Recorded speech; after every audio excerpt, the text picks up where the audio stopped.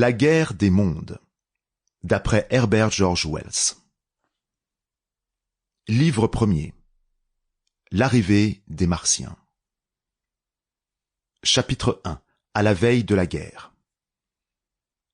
Personne n'aurait cru dans les dernières années du XIXe siècle que les choses humaines fussent observées, de la façon la plus pénétrante et la plus attentive, par des intelligences supérieures aux intelligences humaines, et cependant mortelles comme elles.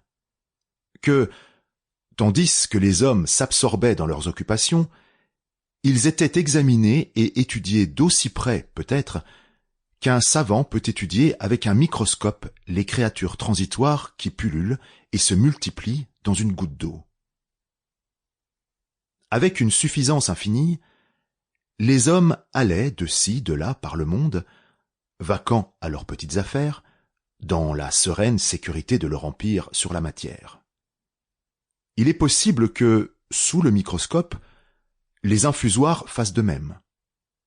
Personne ne donnait une pensée au monde plus ancien de l'espace comme source de danger pour l'existence terrestre, ni ne songeait seulement à eux pour écarter l'idée de vie à la surface comme impossible ou improbable. Il est curieux de se rappeler maintenant les habitudes mentales de ces jours lointains.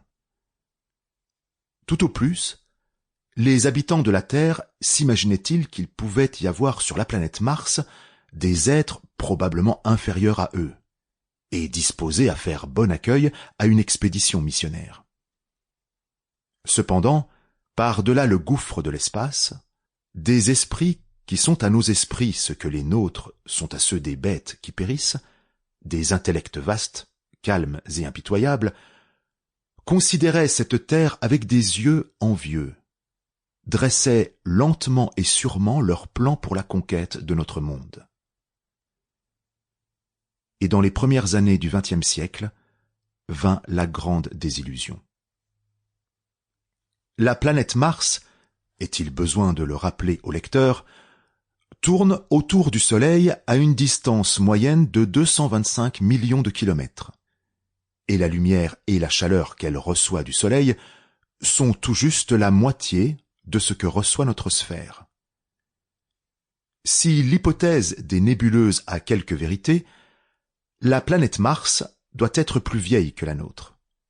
Et longtemps avant que cette Terre se soit solidifiée, la vie, à sa surface, dut commencer son cours. Le fait que son volume est à peine le 7e de celui de la Terre Sample complete. Ready to continue?